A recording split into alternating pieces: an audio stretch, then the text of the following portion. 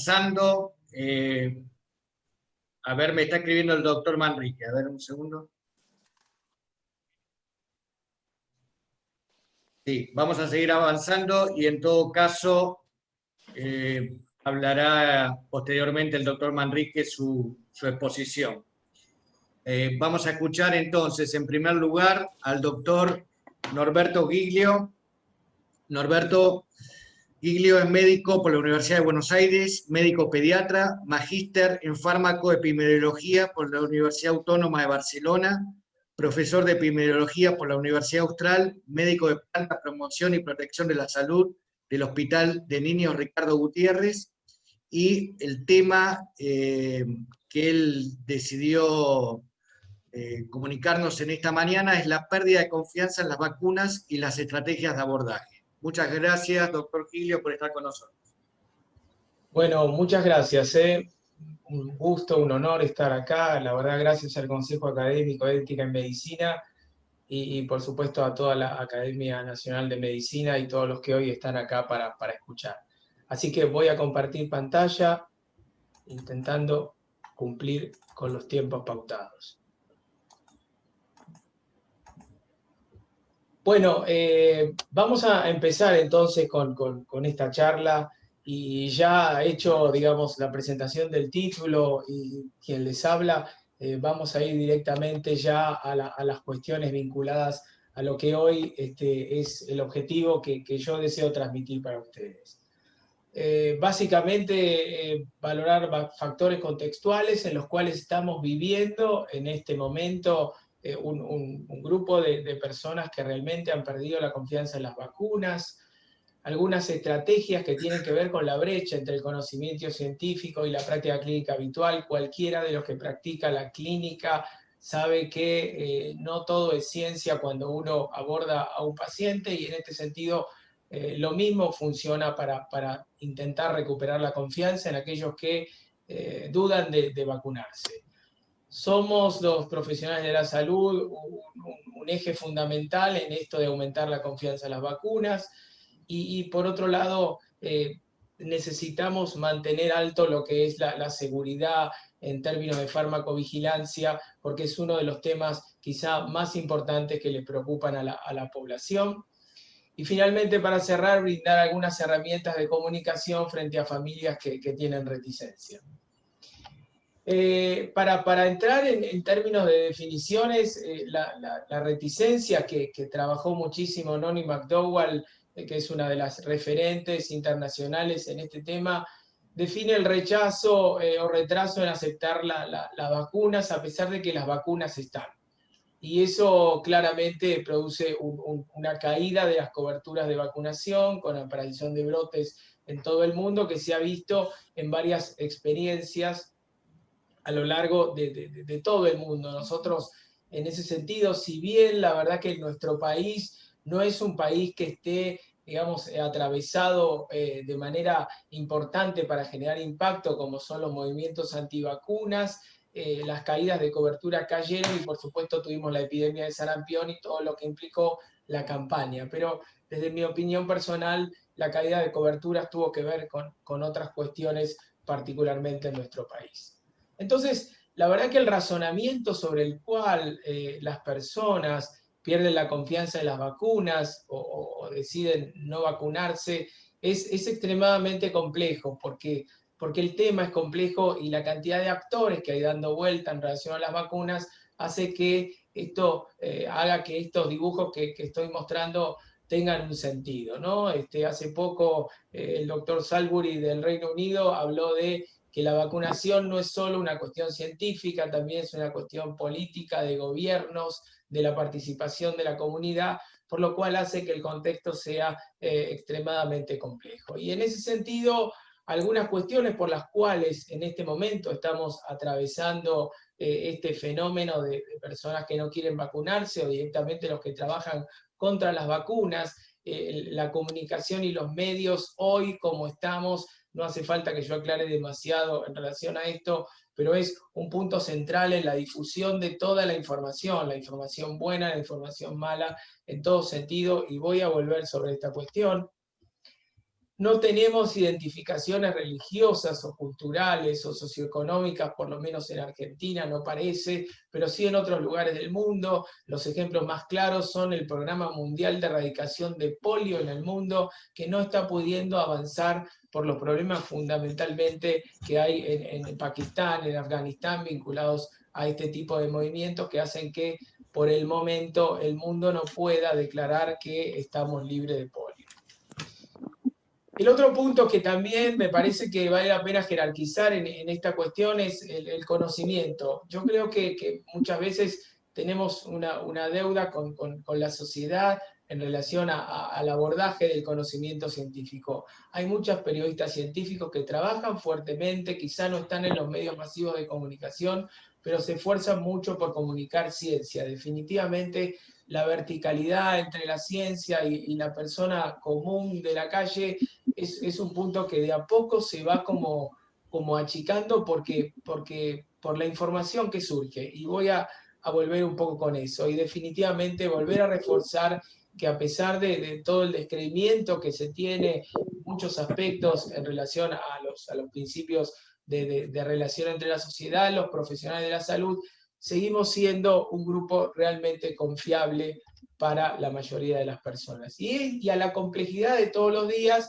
hay que agregar esto, ¿no? Las nuevas vacunas de COVID, donde realmente la velocidad con que se han desarrollado es una cuestión impactante y que le agrega a este contexto un elemento más de complejidad, particularmente en los próximos meses que están por venir.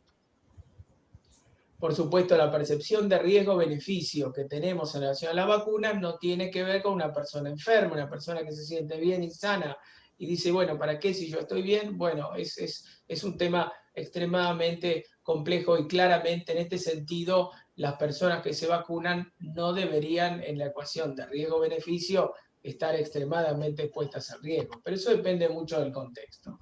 Pero bueno, para volver sobre estos temas y el tema de la comunicación, muchos de los que estamos acá sabíamos que la televisión empezaba a las 12 del mediodía, que había una radio que tenía frecuencia M, alguna onda corta para escuchar, pero eso ya cambió. Y fíjense que Alfol Cornella, que es un sociólogo catalán, ya en el 2000 hablaba de 20 millones de sitios web, 2.400 millones de radio y 18.000 títulos de revista para el 2000.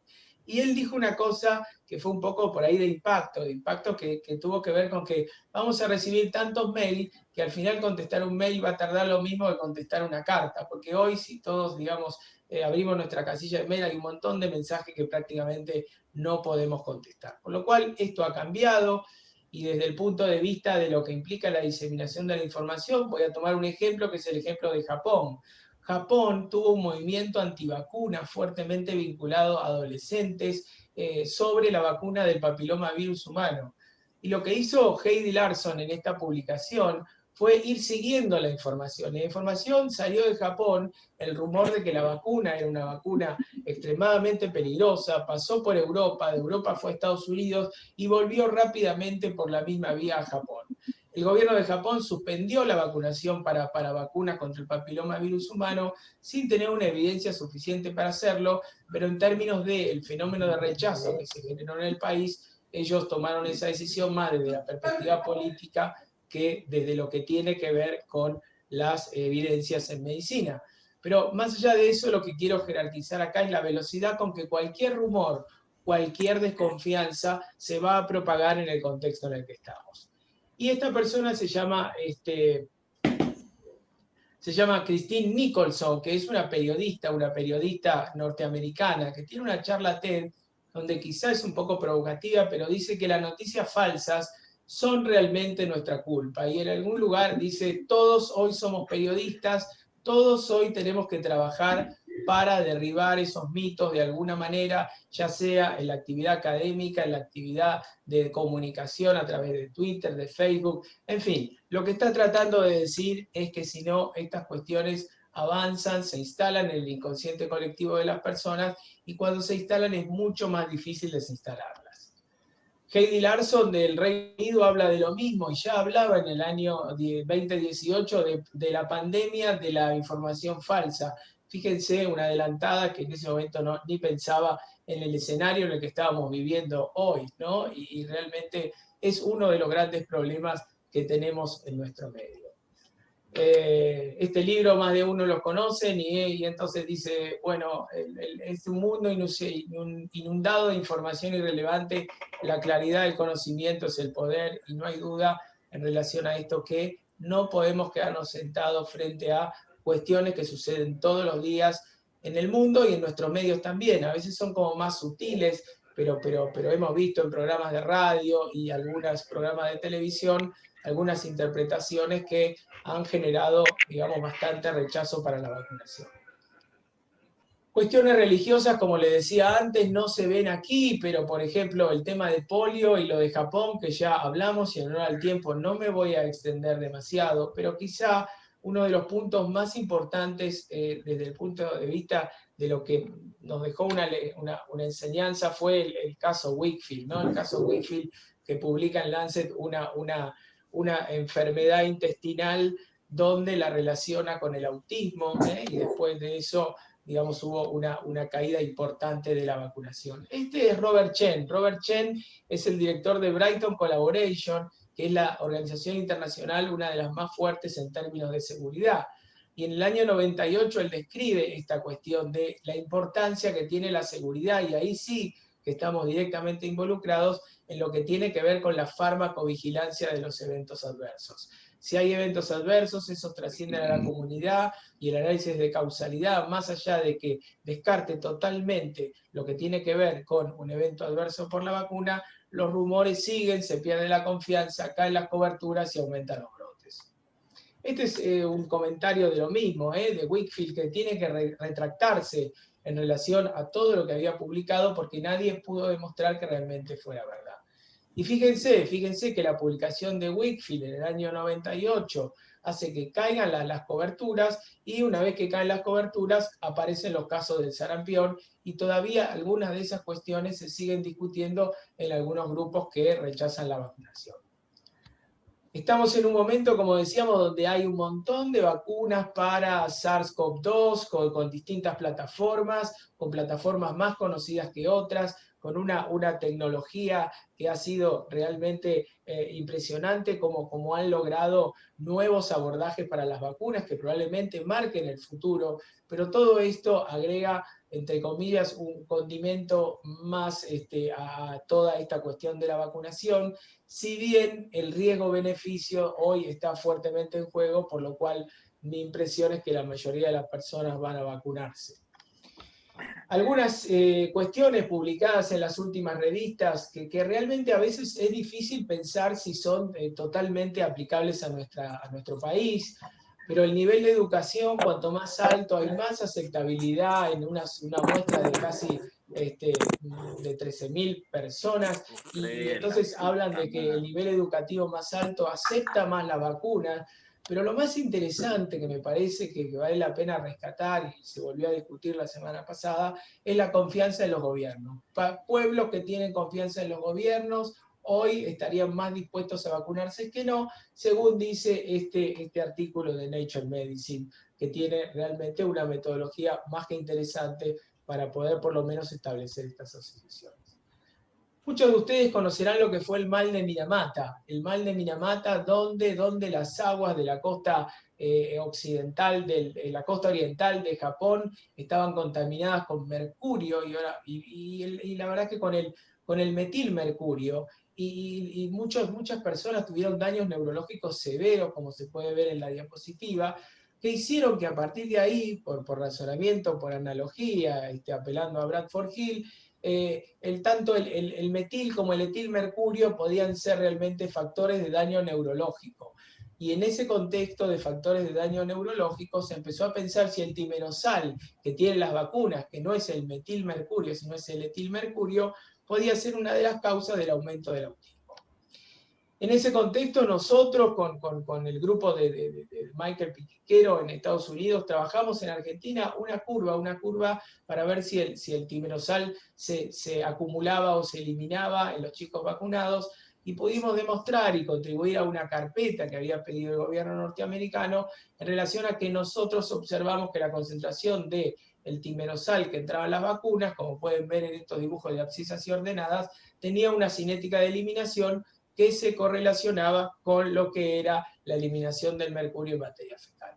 Por otro lado, el diagnóstico de autismo y trastorno del desarrollo fue muy perfeccionado desde hace 20 años a la fecha, y el grupo danés en este trabajo lo que ve es que tanto vacunados como no vacunados aumentaron los trastornos del desarrollo, probablemente por la precisión de la definición que tenemos en este momento. Pero sin embargo, siguen apareciendo otras cosas, ¿no? Estudios que confirman la relación entre timerosal y el autismo, y todavía se sigue hablando de esta cuestión. Yo personalmente tengo algunos pacientes que desgraciadamente han tenido un hijo con trastorno del desarrollo y no se pueden sacar de la cabeza la idea de que quizá esto fue por las vacunas. Es difícil cuando un mito se instala poder retirarlo también, y hay toda una estrategia que habla Lewandowski, un autor, sobre cómo desbarrancar eso. Pero ¿qué estoy tratando de decir con esto? Que por más que brindemos información, muchas de las personas no van a cambiar su posición porque están atravesadas por cuestiones emocionales. Y esto es lo que Bruce Gelin, el director del Instituto Sabin de Estados Unidos, habla de la brecha entre el conocimiento y la práctica. Por lo cual, brindar solamente información probablemente no cambie la conducta, pero sí una buena relación médico-paciente seguramente que la va a cambiar a través de otras estrategias que todos conocemos por haber, digamos, atendido y atendiendo pacientes. El desafío es cambiar creencias y comportamientos, y vamos por ahí desde el punto de vista de la estrategia. Existe mucha evidencia en relación a la recomendación del profesional sanitario, que es un factor importante. Miren, yo hago pediatría, trabajo en mi consultorio acá en el barrio de Belgrano, y me llaman los padres por los abuelos de los chicos que tienen COVID, y la verdad que en el fondo, yo hace mucho, salvo cuando terminé mi carrera, digamos, en la Facultad de Medicina en la Universidad de Buenos Aires, después dejé de ver adultos, así que no los manejo, sé que sé más que... Pero me pregunto que realmente ellos lo que están haciendo es una elección de alguien de confianza, y seguramente que eso nos debe pasar a la mayoría de los que estamos en el campo de la salud. Hay mucha evidencia sobre esto, la actitud del médico tiene mucha influencia en la decisión de vacunar. Los médicos, los padres que consultan a los médicos están más cómodos con las respuestas, y esto es algo más que importante, y ahí está la sociedad y nos ha puesto, y bienvenido sea. Por supuesto que si uno no está actualizado, no está al día de lo que está pasando, eso sí puede... Bueno, importante los reportes, es importante reportar, volviendo a la seguridad, es importante definir un poco cuáles eventos adversos. Argentina tiene un buen sistema de farmacovigilancia para eventos adversos en vacunas, una excelente plataforma que pueden ver acá, y todo lo que sea, aunque no sea causal, pero que pueda generar un rumor, una duda, es mejor reportarlo. Y por supuesto después desarrollar las investigaciones necesarias para poder demostrar o no la causalidad que probablemente se haya analizado como primer abordaje cuando se hace la comunicación del evento adverso. Este es el grupo de CEPI que está trabajando con Brighton Collaboration sobre lo que va a ser toda la farmacovigilancia post-implementación de las vacunas de SARS-CoV-2 y las definiciones de casos que se está tratando de armonizar para que todos manejemos el mismo idioma. La persona que dirige esto se llama Miriam Stackerborn, que es una de las referentes más importantes en Europa en relación a este punto. Este es el Global Vaccine Data Network, participamos de este Global Vaccine que trabaja también con el CEPI, y esperemos que la iniciativa pueda tener alcance y nos llegue a nosotros hasta la Argentina. Otro tema del cual no me voy a extender, pero sí hacer un comentario en relación a estas cuestiones, es lo que escribe Bruce Gelin con una abogada de la Universidad de Georgetown, sobre si la obligación hace que la gente se vacune más que la sugerencia y la recomendación. Bueno, ellos hacen todo un análisis de un montón de países que ustedes pueden ver en esta diapositiva, pero definitivamente llegan a la conclusión de que no, que muchas veces si no existe un buen monitoreo, si no existe también un apoyo a la decisión individual, es difícil. Y de todas maneras no está dicha la última palabra sobre si obligatorio o recomendar sea el mejor camino, y depende mucho, dicen ellos en este documento, sobre los patrones culturales de cada país. Para ir terminando y cumpliendo con el tiempo, algunas cuestiones como casi domésticas, pero que vale la pena recordar, es que empatizar con la expectativa de quien escucha, definitivamente. Comunicar primero en relación a si alguien viene con una duda con las vacunas, lo que se sabe y no lo que está en duda. La primera cosa que uno dice en general, las vacunas salvan vidas y han terminado con un montón de enfermedades. Yo todavía recuerdo el comentario de mis padres y la epidemia de polio en la zona de Núñez, cómo veían a los amigos en silla de ruedas y cómo gracias a la vacunación eso finalmente se pudo resolver y hoy estamos hablando de erradicación global. Hay que abordar los consensos científicos actuales, explicar el lenguaje científico de la mejor forma. Cuando hablamos de lo que no se sabe, ponerlo en perspectiva de riesgo. Hay un lindo artículo en JAMA que habla de cuál es el riesgo que tiene una persona de tener un evento serio cada día que sale a la calle. Y por supuesto que eso es extremadamente bajo y todos seguimos saliendo, por lo cual en algún punto la perspectiva de cuál sería la probabilidad de algo de riesgo hay que ponerlo en términos, digamos, cuantificables de alguna manera. Por supuesto, riesgo-beneficio, recuerden siempre la historia del ébola y lo que era la epidemia y lo que tuvo, digamos, los pasos que tuvo que saltearse para poder intentar ver si un medicamento podía ser beneficioso. Siempre lo positivo suma, hay que saber que si las familias van por un lugar donde algo les preocupa, hay que tomarlo, no dejarlo afuera. Y por supuesto historias que todos tenemos en nuestras carreras, que hacen que las personas realmente queden sensibilizadas, como dice Lewandowski en este libro que está gratis, lo mismo que cómo desbarrancar un mito, que hoy no lo tomamos por falta de tiempo, pero son estrategias realmente validadas. Entonces, para resumir la estrategia, que no es más que lo que venimos hablando y lo que aprendimos en relación a médico-paciente, es confiar, escuchar y conversar. Conversar con las personas, horizontalizar el razonamiento, sobre todo para estas cuestiones que tienen que ver con las dudas sobre vacunarse. Así que para ir terminando y cumpliendo con todo, yo concluyo que la revolución informática ha horizontalizado el acceso al conocimiento con lo bueno y con lo malo. El nivel de educación y la confianza de los gobiernos, según tenemos información, digamos, ahora, es importante para que las personas adhieran a la vacunación. Sin duda, el profesional de la salud es un generador fundamental de confianza. Muy importante la farmacovigilancia y que las personas conozcan que se está vigilando activamente esto y que no es una cosa, muy poca gente conoce los sistemas de farmacovigilancia y me parece a mí que podemos ser lo suficientemente hábiles para poder mostrar lo importante que es la farmacovigilancia, todo este sistema que está detrás de toda la población tratando de detectar que si hubiera alguna cuestión, esto podría como repararse rápidamente. Volviendo a la relación y la estrategia, siempre la confianza abre a las personas a nuevas ideas, eso es importante, y siempre enfocarse en lo que se debe comunicar. Bueno, les agradezco mucho. Este es el Servicio de Epidemiología del Hospital de Niños Ricardo Gutiérrez, donde trabajo hace más de 20 años en el campo de las vacunas, fundamentalmente vinculado a la seguridad. Y muchas gracias por la atención. Doctor Giglio, bueno, muchísimas gracias.